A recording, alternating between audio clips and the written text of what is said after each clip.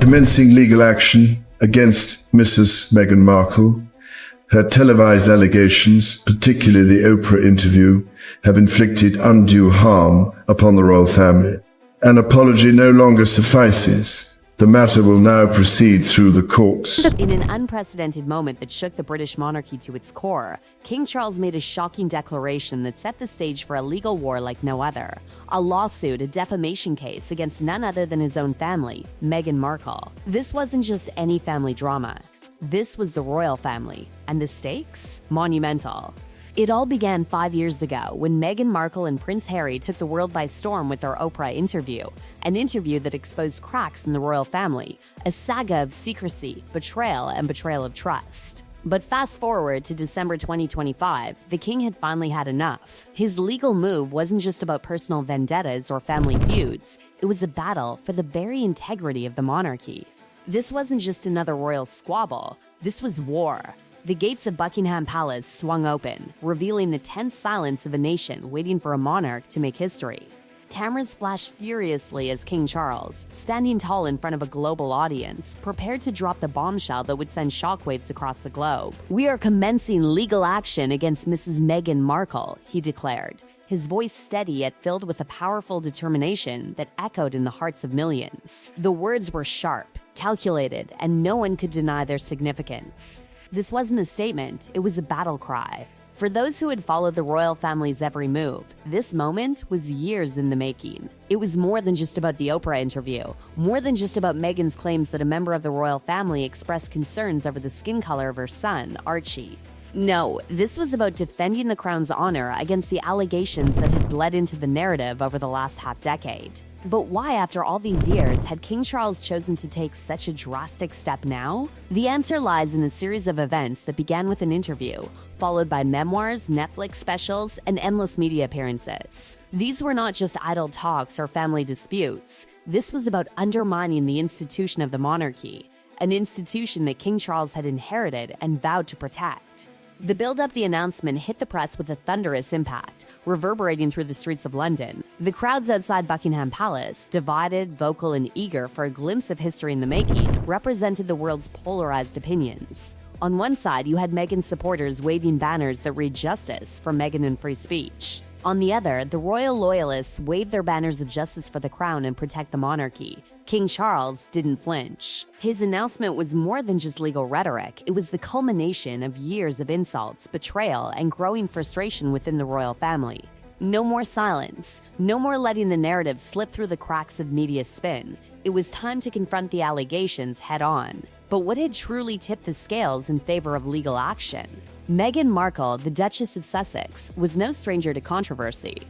Her and Harry's 2021 Oprah interview had been a media frenzy like no other, touching on sensitive topics that had never before been aired in public: race, mental health, family dysfunction. Meghan's allegations about being denied support during her darkest times sent a seismic shockwave through the world. In a world where royal families were meant to be above reproach, Meghan's words had ignited a global storm.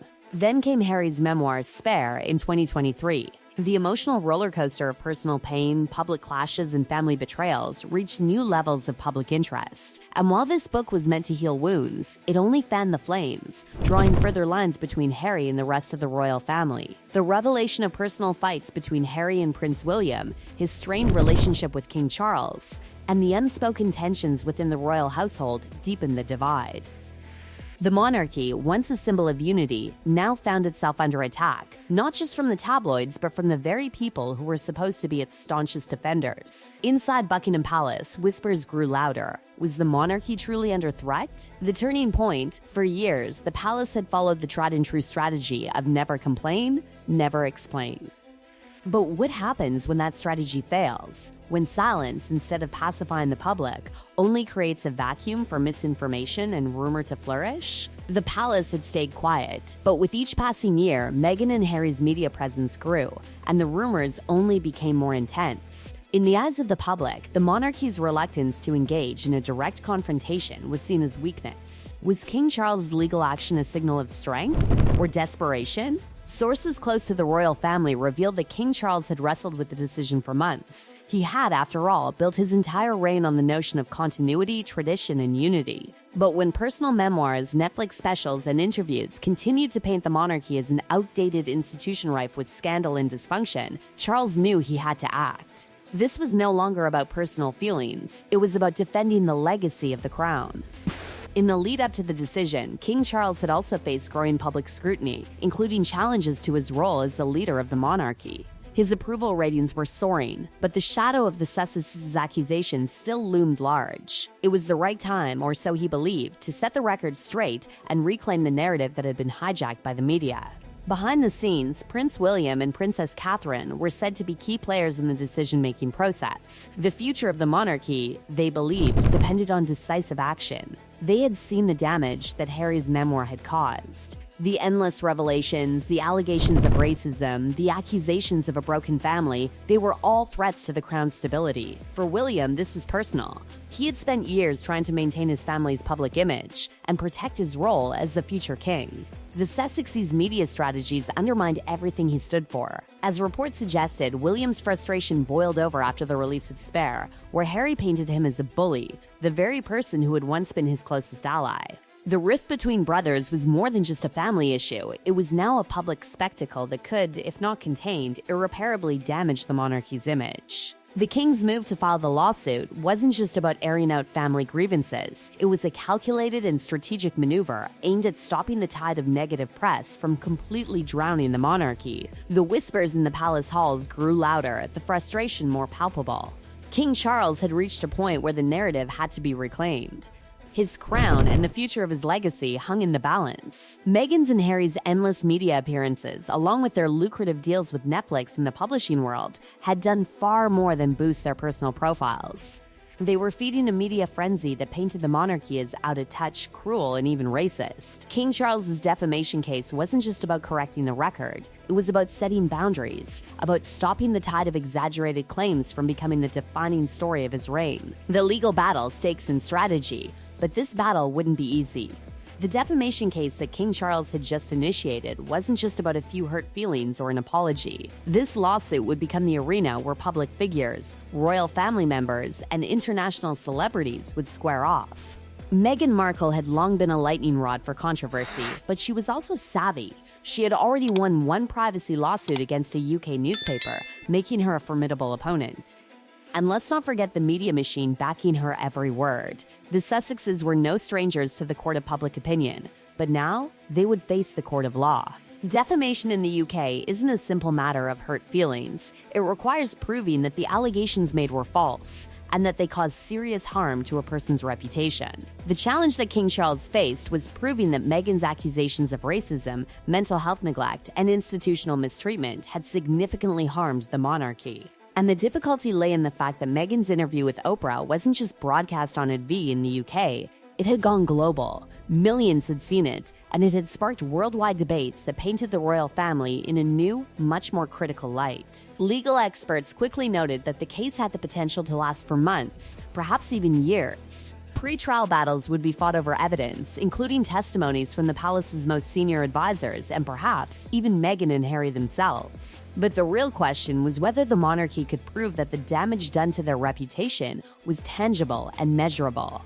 Were their claims of racial bias and mental health neglect genuine? Or had they been exaggerated for sympathy and to paint the palace as an oppressive institution? Behind the scenes, the strategy was clear. The palace needed to reassert its image as a unifying force, to show that it was not some out-of-touch, antiquated institution, but a modern monarchy capable of self-reflection, growth, and most importantly, the ability to handle public crises with grace. But King Charles, supported by William and Catherine, knew that they could not afford to let the Sussexes' accusations fester any longer. The king's calculated response, a key moment in this saga, was King Charles' reaction to Harry's memoir, Spare.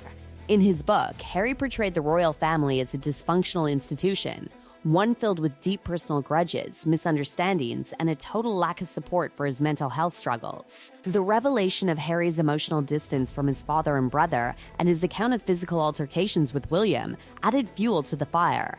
In many ways, Spare took the simmering family conflict and turned it into a global spectacle. King Charles had known that the interview with Oprah was only the beginning. Meghan's revelations, paired with the Netflix series and Harry's memoir, were just the tip of the iceberg. It had been clear for years that the relationship between Harry, Meghan, and the rest of the royal family had deteriorated beyond repair. Their exit from royal duties and subsequent media forays had turned the family's private struggles into a public soap opera, and King Charles knew that if he didn't act now, the monarchy's reputation would continue to erode. But for William and Catherine, the stakes were even higher. As future king and queen consort, they recognized that the damage done by the Sussexes' public accusations posed a direct threat to their own reign. William, who had long held the belief that the monarchy must modernize to survive, was also pragmatic enough to understand the importance of protecting its legacy. His relationship with Harry had reached its lowest point. The rift was not just personal, it was a matter of institutional survival. The release of Spare was a tipping point. The allegations against William and Charles were one thing, but the public's perception of the royal family was something else entirely. The monarchy had always been the embodiment of continuity and service. But when your own blood is publicly airing grievances on such a grand stage, the perception of the institution shifts. The monarchy was no longer seen as an unwavering force, but as a family in crisis. And in this era of 24-hour news cycles and social media frenzy, that shift had profound consequences. The rise of the public spectacle outside Buckingham Palace, the media was in overdrive. The announcement of the lawsuit had created a frenzy, with royal watchers, legal analysts, and tabloid pundits dissecting every word. Social media exploded, with hashtags like royal lawsuit and hashtag justice for Meghan trending across the globe. The world was watching as the British royal family, once a symbol of elegance and dignity, became the center of a very public courtroom battle. But this spectacle was more than just a media circus. It was a glimpse into a new era for the monarchy. The traditional methods of handling royal matters, the never complain, never explain mantra, were being challenged in the most dramatic way possible. The monarchy was adapting to a new, media-saturated world. For better or worse, the royal family was now publicly fighting for its future. In the coming months, King Charles's defamation lawsuit would play out like a high-stakes drama, with twists and turns that no one could have predicted. Would the palace be able to prove their case in court? Or would Meghan Markle's narrative of victimhood continue to dominate the global stage, leaving the monarchy to grapple with its image for years to come? A family divided. Behind all the public declarations and legal maneuvers, there was a family in turmoil. King Charles had made his decision, but it wasn't without deep emotional cost. As a father, he had watched his sons, once inseparable, drift further and further apart. Meghan Markle, who had once been welcomed into the family with open arms, now found herself at the center of a royal war.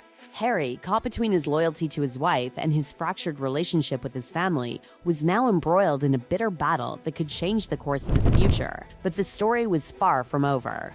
With every legal move, every court appearance, and every statement from the palace, the world would be watching, scrutinizing every detail of this family's saga. What would be the ultimate cost of this royal drama?